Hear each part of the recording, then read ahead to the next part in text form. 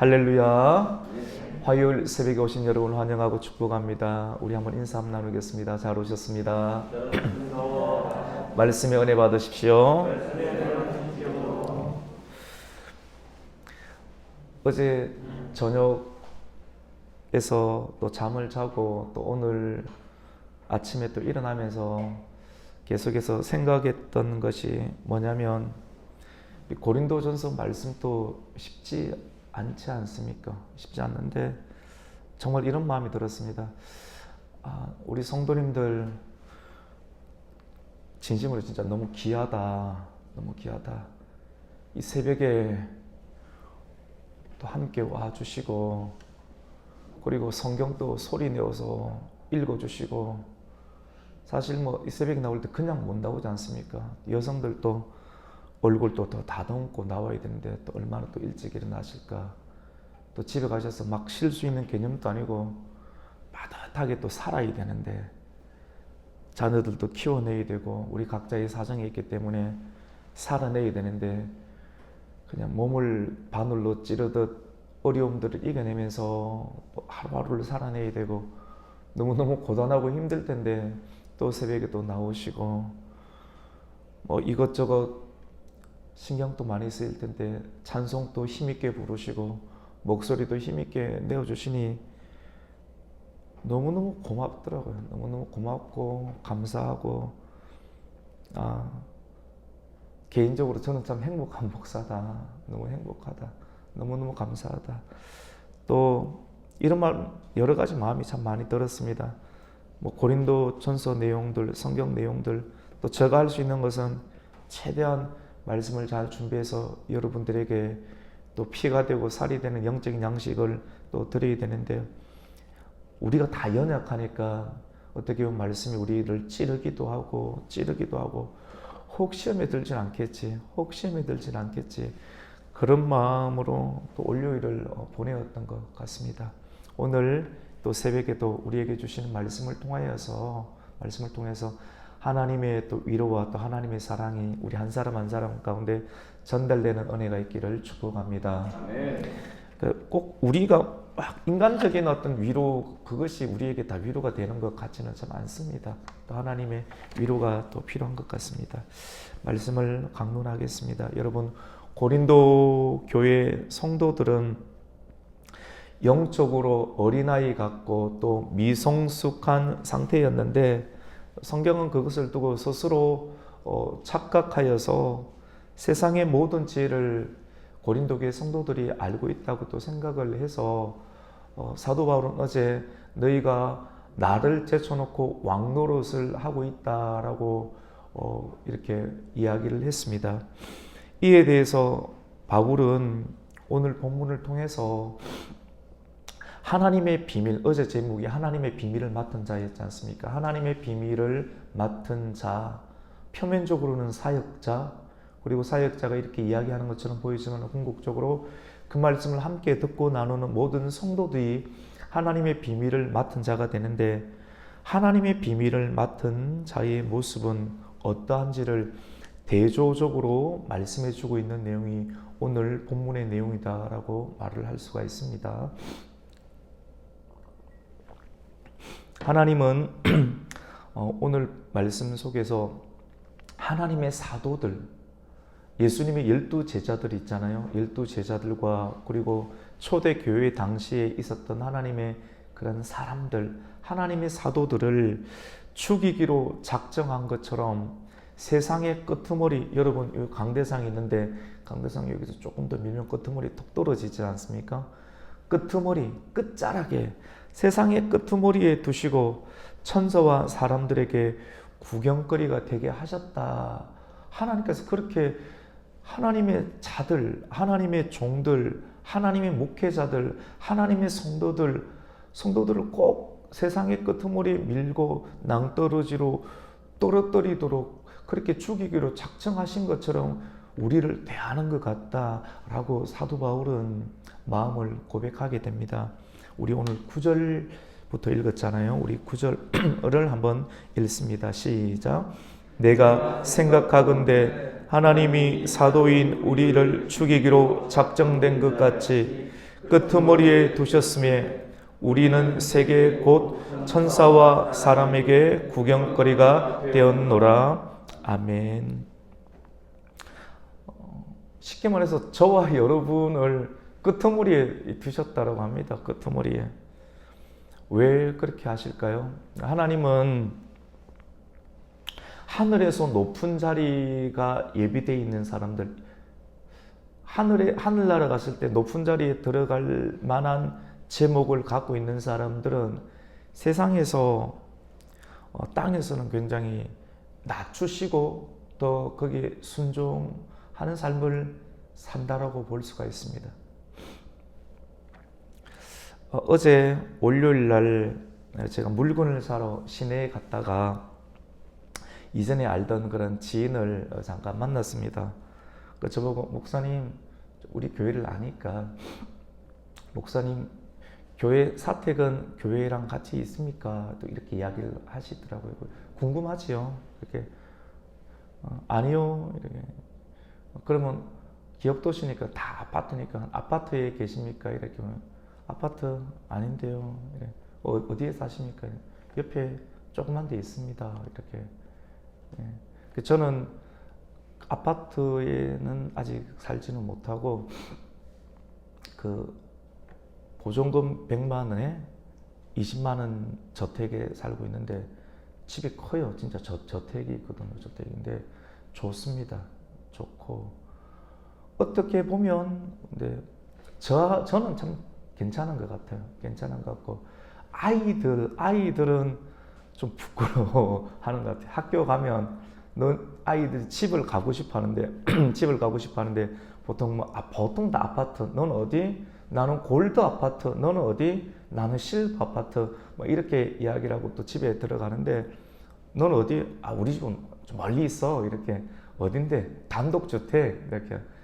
그런데도 그렇게 부끄러워하지 아니하고 집에도 데리고 오는 아이들 볼 때 야 그래도 자존감 있다 그런 생각을 했습니다. 제가 어릴 때 집을 좀 부끄러워했어요. 저의 집은 지하실이었습니다. 지하실. 아버지께서 제가 시골에 있을 때 부산 출신인데 부산이라고 해서 빌딩 숲이 많은 부산이 아니라 지금은 부산 광역시에 이제 포함되어 있는데 산촌입니다. 산촌. 태어난 곳은 그쪽에서 태어났는데 아버님 이제 목회를 하신다고 이제 울산으로 가셨는데 그 집을 보통 구할 때 목회자들은 그렇게 돈이 없지 않습니까? 그래서 이 지하실에서 생활하고 한쪽 편에 한 이 정도 크게 되는 것 같아요. 그래서 한쪽 편에 요 강대상이 있고 강대상 바로 옆에 이 커튼을 치고 밑에 벽돌을 올리고 베니어판 올리고 그 위에 스티로폼 올리고 장판 올리고 여기는 우리 집. 저는 특별하게 특별 대우를 받았습니다. 왜냐하면 어머니, 아버지 또 우리 아이들이 아니죠. 저 동생, 여동생 2명이 있는데 2명은 그 같이 자고 저는 특별 아들이니까 그때는 후남이 기남이라고 혹시 들어보셨습니까? 저는 기남이었거든요. 기하게 자랐습니다. 그래서 특별 대우를 해주셔가지고 계단 올라가는데 보면 계단 올라가는 쪽 밑에 쪽방 정도가 있거든요. 거기에 이제 스티로폼을 깔고 특별 대우를 해주시고 스탠드 공부를 좀 한다 그러고 하니까 스탠드 사주시더라고요. 그래서 스탠드 또 켜놓고 야 여기가 내 방이구나. 저는 어릴 적부터 특별 대우를 이렇게 받았는데 그 집이 교회가 지하실이다 보니까 학교 가서 한참 또 사춘기니까 예민하니까 2층에 독서실이 있었어요. 독서실이 있는데 독서실에서 아이들이 공부 안 하고 연애하러 오는 학생들이 좀 많았거든요. 그래서 지하실 입구에 놀래러 와서 같이 이야기를 하는데 집에 들어갈 수가 없는 거예요. 왜냐하면 집에 들어가면 제 집이 여기라는 것을 이게 들통이 나기 때문에 어릴 적에는 그것이 참 부끄럽고 바깥에서 배회하고 또 방황하다가 데이트가 끝나면 다시 또 들어가야 되는 눈 안 들키게끔 하기 위해서 그런 시절을 보면서 아이들의 마음을 또 생각하기도 합니다. 왜 하나님께서는 하나님의 사역자들 또 하나님의 사람들이 어쩌면 세상의 끄트머리에 두게끔 하시면서 겉으로는 하나님은 사랑하신다라고 하는데 우리의 상황은 그렇게 보석처럼 에메랄드처럼 그런 집에 우리를 하나님의 사역자를 두지 않은 채 그런 일들을 하실까요? 여러분, 이것은 방금 전에 제가 말씀드렸던 하나님께서 끄트머리에 두시는 그런 일들, 그리고 천사와 사람들에게 부끄럽게 만드시는 그런 일들, 왜 하나님께서는 그렇게 하실까요? 이 내용은 사도 바울이 그때 그 당시에 승리한 로마 장군들이 개선 행렬을 할 때 전리품들과 함께 포로들을 끌고 와서 로마 시내를 돌게 되거든요. 로마에서 전쟁을 하고 전쟁에 승리를 하게 되면 전리품들을 가지고 오고 그 승리를 거두었던 그 당시 지배한 나라의 왕들과 귀족들을 발가 비낀 채 완전히 다 뭐 환란이나 적신이나 이런 말 나오잖아요. 완전히 발가 비낀 채 포성줄을 묶어서 끌고 오다가 로마 시내를 한 바퀴 삥 돌면 사람들은 우리가 개선 장군 이겼구나 박수 치고 이렇게 하거든요. 그리고 맨 마지막 코스가 어디냐면 원형 경기장에 들어가서 사자들과 싸우게 하거나 검투사들과 싸우게 하고 마지막으로는 그들을 죽이는 그런 일들. 그러면 그 구경꾼들이 너무나도 기뻐하고 좋아하고 우리나라가 또 이렇게 이겼다라고 축배를 드는 그런 현장의 모습들을 비유해서 설명하고 있는 그런 장면이라고 볼 수 있습니다. 하나님은 당신의 택한 종들을 천상의 세계와 그리고 지상의 세계를 망라한 모든 존재들이 마치 원형 경기장에서 보고 있는 것처럼 지켜보는 가운데 비참하게 죽임을 당하는 죄수처럼 구경거리가 되게 하셨다라고 하는 것입니다. 그렇다면 구경거리죠. 이것은 여러분 핍박과 조롱과 비난을 감수하고 복음을 위해서 애쓰는 사도들의 인내와 수고를 표현한 것입니다.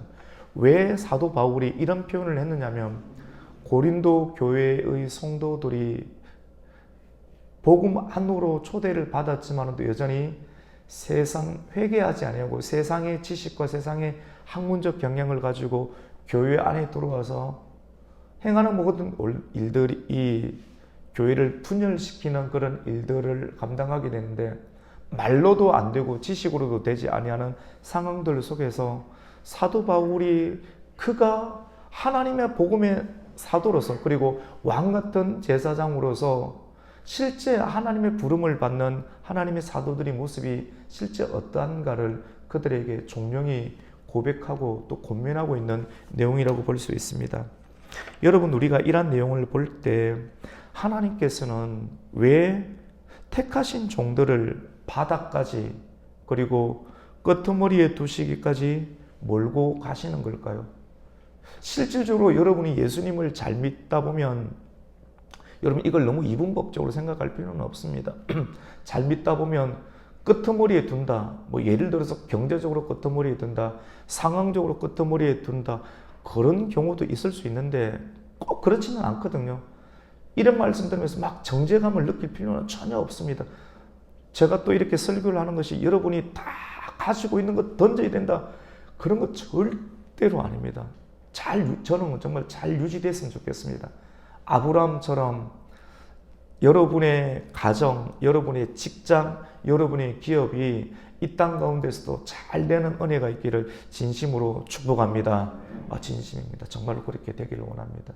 또 그렇게 되면서도 이것 때문에 하나님을 떠나지 않기를 바라는 마음이 더 간절하지요. 여러분, 왜 하나님께서는 그렇게 하실까요?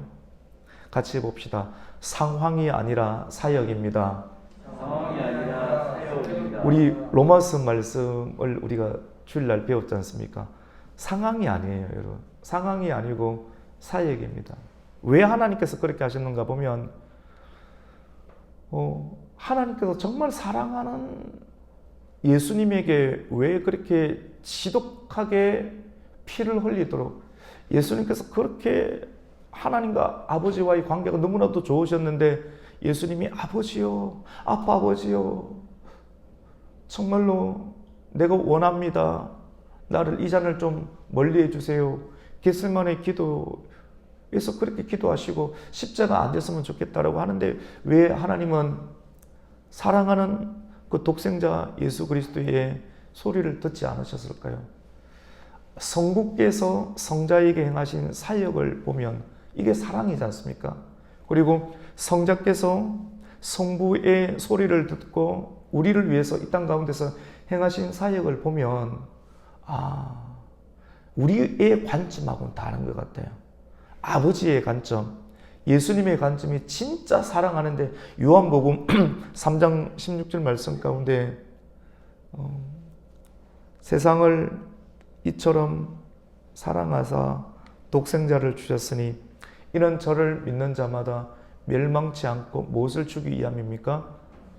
우리에게 영생을 주기 위함이라고 이렇게 말씀을 합니다. 하나님이 그 아들을 세상에 보내신 것은 세상을 심판하려 하심이 아니라 세상의 구원을 받게 하려 하심이라 라고 말씀을 하고 있습니다.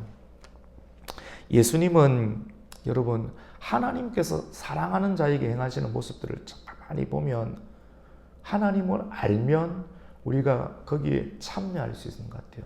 정말로 알면. 하나님을 진짜 경외하면 우리가 하나님의 사역 가운데 믿음으로 참여할 수 있는 것 같아요. 내 모든 것을 다 던져서 다니엘처럼 그의 세 친구처럼 그렇게 참여할 수가 있는 것 같아요. 예수님이 아버지를 진짜 잘 알았기 때문에 하늘에서 뚝 떨어진 것 아닙니까? 맞죠? 진짜 하나님을 알았기 때문에 또 그분이 하나님이셨고요. 맞죠? 그랬기 때문에 이 땅 가운데서 그러한 수모와 또 아픔들을 잘 감당할 수가 있었던 것 같아요. 예수님을 믿는다는 것은 예수님이 우리 안에 들어와서 내가 예수님 믿으니까 내 인생을 예수님이 대신 살도록 내어주는 겁니다. 그래서 2000년 전에 이 땅 가운데 오셔서 행하셨던 그 모습들이 그대로 내가 예수님을 믿게 되면 내 인생 나를 주니까 예수님이 내 안에 들어와서 여러분 안에 들어와서 2000년 전에 행하셨던 그 일들을 행하는 거예요. 예수님이 집에 있었습니까? 머리 둘 곳이 있었습니까? 예수님의 고민이 어떤 고민이었을까요? 지금 여러분이 하는 고민과 예수님의 고민은 얼마나 차이가 있을까요?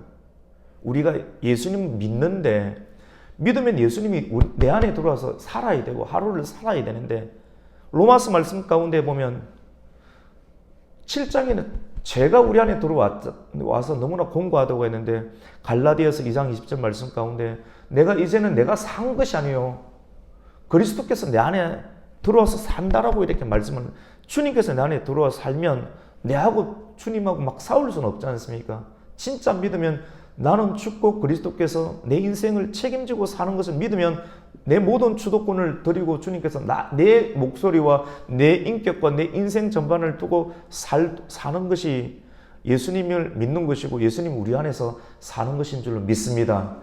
그러면 이제 고민들이 조금씩 해결이 되게 돼요. 예수님은 이 세상 가운데 오셔서 가장 높으신 분이 가장 낮아지셨습니다. 가장 낮아지시고 그리고 성경 구절 가운데 모든 이름 위에 어떤 이름입니까? 뛰어난 이름. 정말 잘하시네요. 같이 해봅시다. 모든 이름 위에 뛰어난 이름. 모든 이름 위에 뛰어난 이름이 되셨어요.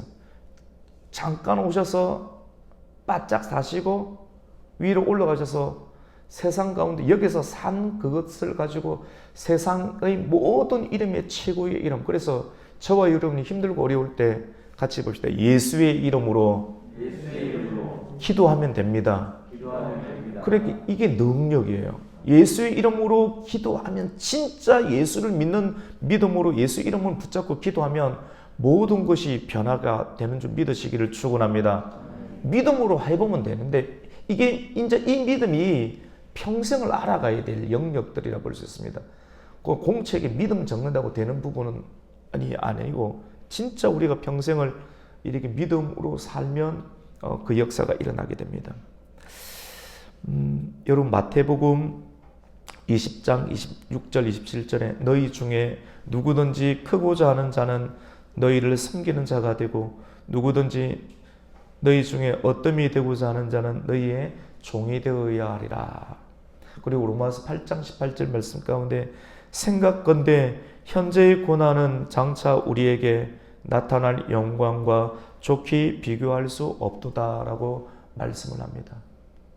우리가 오늘 이 아침 가운데 나는 어떤 고민을 하고 있고 어떻게 인생을 살 것인가, 그리고 나름대로 정말 똑똑했던 모세가 왜 하나님께서 상황을 그렇게 이끌어 갔을 때 그 상황에 대해서 자기를 내어주면서 애굽의 왕이 되는 길들보다 하나님의 백성들과 함께 고난받고 장차 큰 영광을 얻는 곳에 자기 자신을 내어 던졌는지 그도 고민을 하고 갈등이 있었을 때인데, 하나님의 거룩한 섭리의 압박이 그에게 들어왔을 때 그가 어떻게 그 압박들을 받아들이면서 트랜슬레이션 변화를 시키면서 인생을 계속 그렇게 살아냈을까를 우리가 고민해 볼 때 그때부터 거룩한 성화는 진행된다라고 볼 수가 있습니다.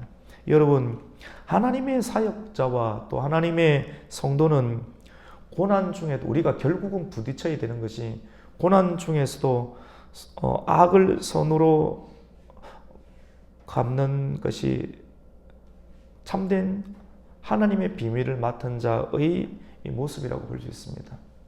저도 순간순간적으로 많은 말씀을 전가하지 않습니까? 새벽 기도에 전하는 말씀도 여러분 준비하려고 하면 여러분 보시기에는 그냥 하는 것처럼 보지만 몇 시간을 준비해야 되거든요. 몇 시간을 준비해서 이 말씀이 자연스러워져야 되고, 연설을 하는 사람들도 그냥 30분 연설하려면 몇 시간을 준비해야 돼요. 그러니까 목회자는 말씀 사역만 하더라도 하루를 다 들어야 돼요. 여러분 이해되십니까? 실제 그렇거든요. 그런 생각 한번 해봤습니다. 우리 성도님들 한 번씩 설교를 한번 시켜봐야 되겠다. 그런 생각도 해봤는데 한번 해보실랍니까, 여러분? 다음 주에 우리 권도교 집사님, 월요일 정성철 집사님 한번 해보시고, 남성들도 한번 그래, 여성들도 한번 해보시고. 옛날에 그런 말이 있었어요.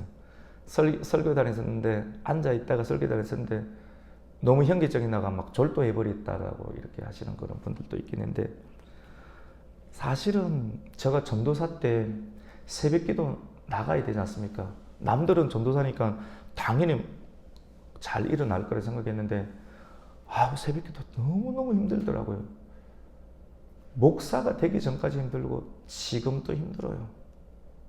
그래서 여러분이 너무너무나도 존경스럽습니다. 사실 진심입니다. 우리 아내가 불꽃 같은 눈동자로 보는 우리 아내가 있지 않습니까? 예. 하나님도 불꽃같이 보고 있고 사모도 불꽃같이 보고 있어서 목사는 틈이 없습니다. 여러분 동의되시죠? 맞죠?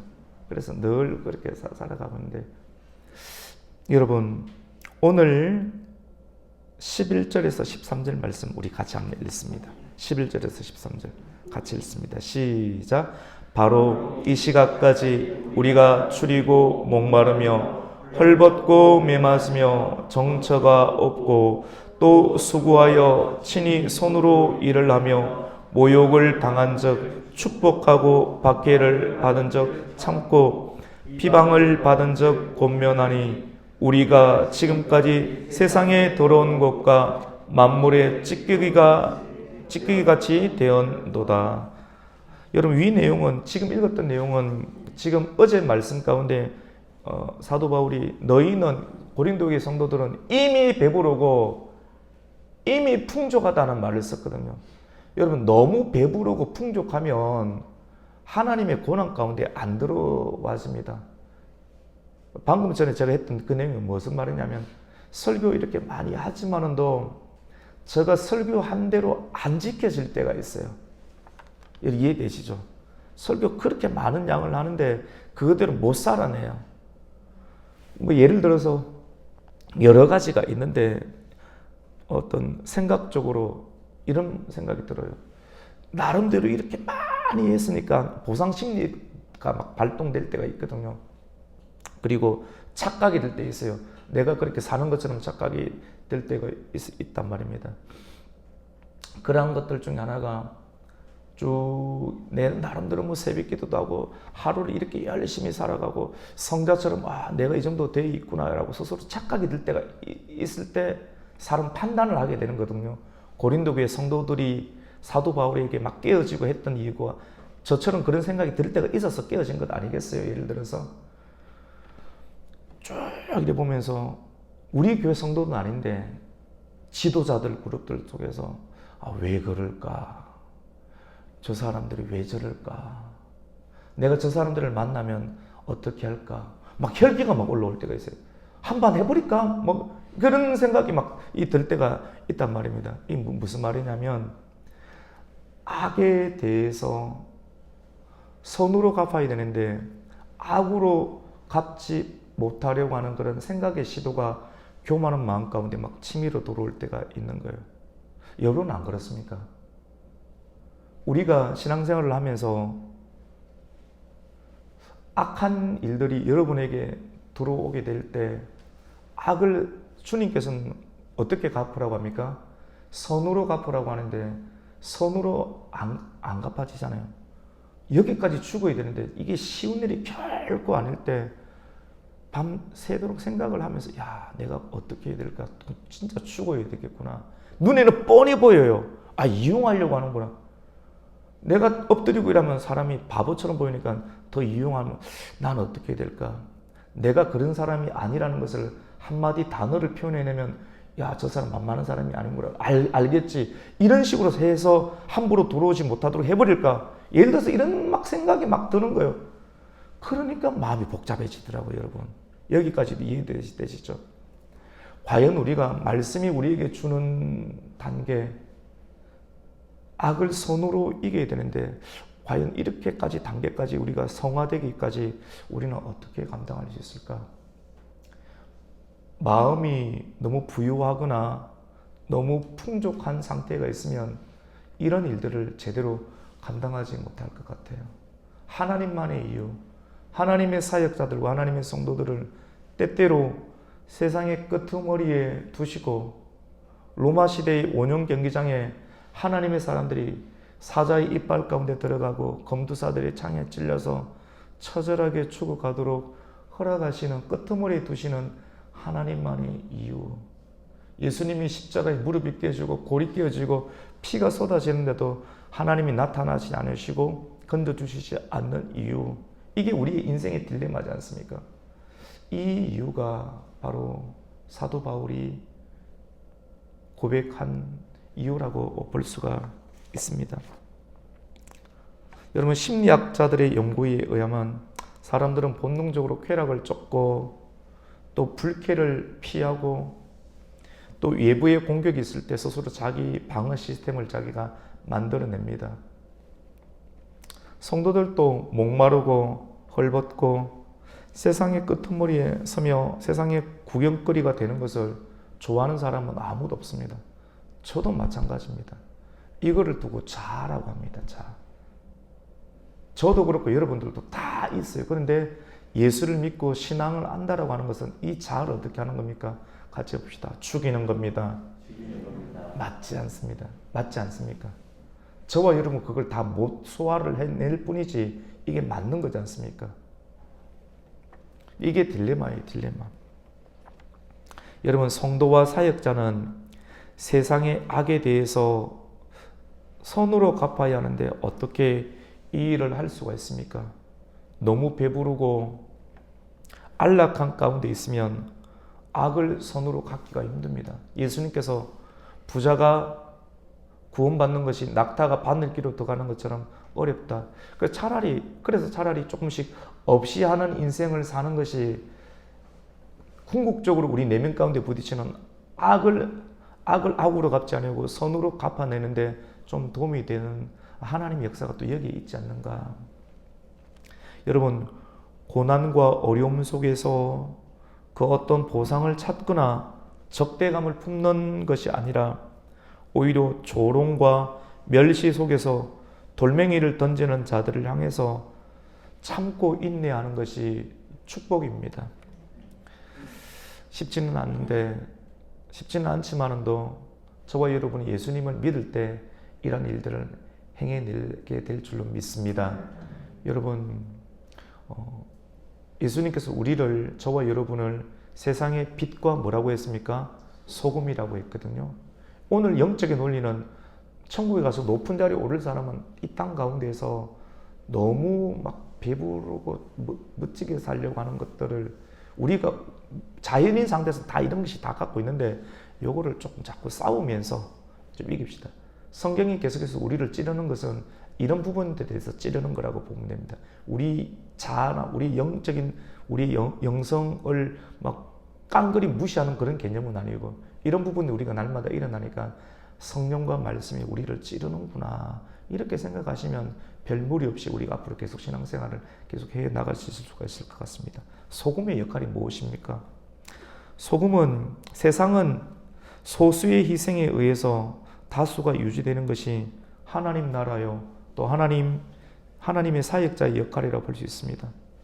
소돔과 고모라 땅이 몇 명이 없어서 멸망이 당했습니까?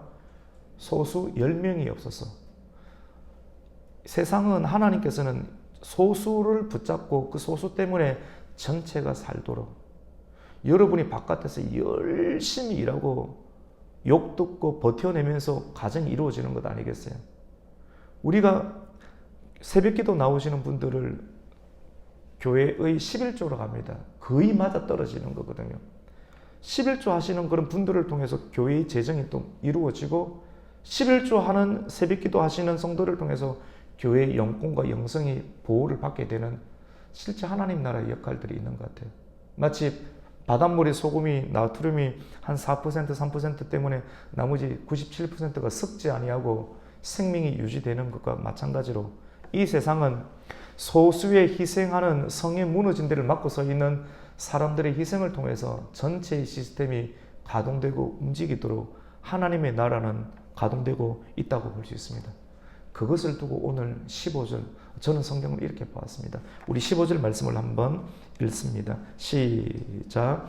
그리스도 안에서 1만 스승이 있으되 아버지는 많지 아니하니 그리스도 예수 안에서 내가 복음으로써 너희를 낳았습니다. 말쟁이들은 많습니다.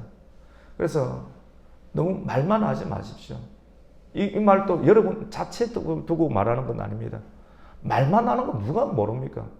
눈에 보이면 말하지 말고 가서 하십시오. 휴지가 안 걸렸네요. 휴지를 거세요. 여러분이 눈에 띈 것은 여러분이 하라고 하는 신이지 여러분이 말해가 누구를 시킬 겁니까? 여기가 우리 집인데. 보이는 대로 말하는 거는 우리 다 했어요.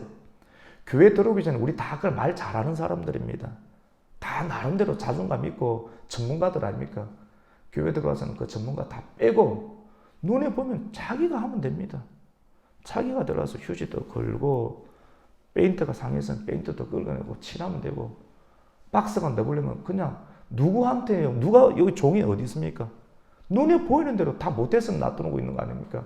눈에 보이는 대로 하나씩 우리가 해내면 여기가 저와 여러분의 집이기 때문에 나중에는 천국 가겠지만 이 땅 살 때는 여기 교회가 우리 집이지 않습니까? 그렇게 하면 아무런 문제는 일어나지 않습니다. 1만 스승은 많아요. 말만 하고 가르치는 사람 많지만도 진짜 책임지는 아버지 같은 스승이 이 세상에 없다라고 하는 거예요. 고린도 교회도 없고 오늘날 또 너무 적어요. 아버지는 돌보지 않습니까? 선생들은 안 돌보잖아요. 말만 하지 않습니까? 그거 안 필요하다는 거죠. 진짜 아버지 같은 스승. 목회자도 진짜 아버지같이 성도를 사랑하는 스승, 그런 사역자. 성도들도 진짜 아버지 같은 진짜 그런 하나님의 일꾼이 되기를 원하는 아버지의 마음이 사도 바울의 권면을 통해서 사도 바울은 그 정도 고생을 하고 있으니까 말을 해낼 수 있지 않습니까? 그래서 성도들의 마음 가운데 변화를 일으키게 됩니다. 말씀을 정리하겠습니다. 바울은 왜 이런 이야기합니까? 고린도 교회에 분쟁이 많아요.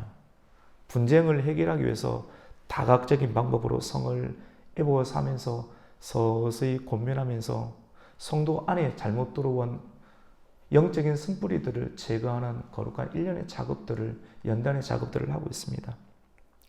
바울은 자신이 고린도 교회를 방문하게 되면, 지금 에베소 교회에 있거든요. 에베소 지역에. 고린도 교회를 나중에 방문하게 되면 그 가운데 교만한 자의 말이 아니라 능력을 알아보겠다라고 말을 합니다. 19절에 그런 내용이 있습니다. 여러분, 하나님의 나라는 말로만 전달되는 것이 아니라 말로서 전달되지만도, 말씀을 하지만도 그 말씀 가운데 능력이 있어야 된다고 말씀을 합니다. 우리 그 말씀 한번 마지막으로 한번 읽겠습니다. 우리 19절을 한번 읽습니다. 시작. 허락하시면 내가 너희에게 속히 나아가서 교만한 자들의 말이 아니라 그 능력을 알아보겠으니 하나님의 나라는 말에 있지 아니하고 오직 능력에 있습니다. 아멘. 여러분, 능력은 사랑입니다. 저와 여러분이 오늘, 저도 말씀을 전했지만 저도 다 못 지키잖아요. 연약하잖아요. 말씀을 여러분도 받았습니다. 사람의 말로 받지 아니하고 하나님의 말씀으로 받기를 축원합니다. 저와 이 말씀을 우리가 함께 받으면서 나는 사랑이 있는가? 오늘 말씀은 사랑입니다. 사랑. 내가 사랑이 없으면 말하지 맙시다. 사랑이 있는가? 사랑으로 말하면 온유하게 이야기하겠죠. 또 사랑으로 하면, 또 하나님의 사역자들은 사랑으로 온유하게 해야 되지 않겠습니까? 사랑의 권면입니다. 오늘 우리가 사랑을 달라고 기도하고, 여러분의 자녀에게, 여러분의 직장에서, 또 여러분의 부하 직원 가운데 일들을 진행하기 위해서 사랑의 능력을 달라고 기도하시고, 사랑으로 권면하고 사랑으로 부탁하여서 하나님의 나라를 우리가 조금씩 더 세워갈 수 있는 오늘 이 하루를 세워갔으면 좋겠습니다. 아멘. 하나님 감사합니다. 오늘날 우리 성도님들, 하나님 성령의 은혜를 더하여 주시옵소서. 우리에게 능력을 더하여 주시옵소서. 능력은 은사인데, 은사 중에 가장 좋은 은사는 사랑입니다. 꽹과리 같은 은사 말고 하나님 사랑의 은사를 우리에게 더하여 주셔서, 그 사랑은 십자가입니다. 십자가 지고 일만 스승은 많지만 아버지 같은 스승은 없습니다. 아버지 같은 스승 될 수 있도록 하나님 주님 앞에 무릎 꿇고 십자가 붙잡고 오늘 또 나아가서 하나님의 나라, 우리의 희생, 소수의 희생을 통해서 이 지역과 이 도시와 우리의 가정과 우리의 교회가 주님 다시 오시는 날까지 건재할 수 있도록 은혜를 베풀어 주시옵소서. 예수님의 이름으로 기도드립니다. 아멘.